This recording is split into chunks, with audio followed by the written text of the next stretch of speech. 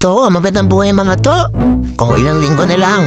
At sasampa na naman tayo sa barko. At ngayon, ay sasagarin na natin ang ating bakasyon dahil ilang buwan na naman tayo bago makauwi. So sagarin na natin ang ating bakasyon. Dahil alam ko, ubos na naman ang budget mo. So halika, ituturo ko sa'yo kung saan ang budget meal at kayang-kaya ng bulsa mo. Let's go! Dito yan sa Anyverse Campsite. Location, Chihuahua, Montalban, Rodriguez Rizal. Guys, ito pala ang kanilang Facebook page. So ano pang hinihintay nyo? Mag-book na kayo for reservation. Bago pala kayo makapunta sa mismong campsite ay meron itong landmark na ang tawag ay Secret River.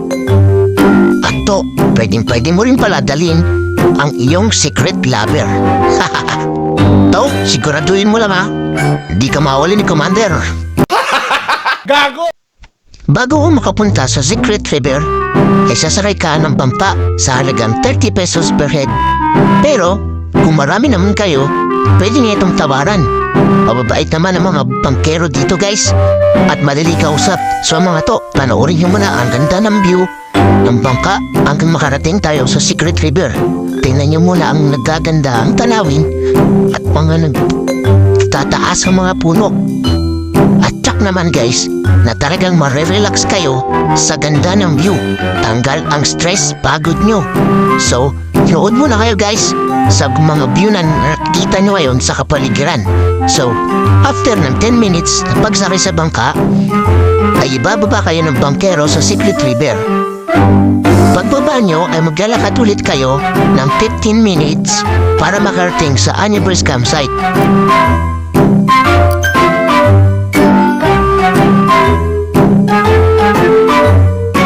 Sa halagang 300 pesos, pwede kang mag-arkila ng tent for 5 packs or 150 pesos for 2 packs. Pero, much better guys kung magdadala na rin kayo ng tent para bawas gastos. At sa wakas guys, ay nakarating na rin kami sa Secret River. Pagdating nyo sa Anyverse Campsite, may entrance na 50 pesos. At kung gusto nyo naman mag-arkila ng cottage, ay sa halagang 200 pesos. O ano mga to? Budget meal lang, diba? Nag-enjoy ka na, nakatipid ka pa.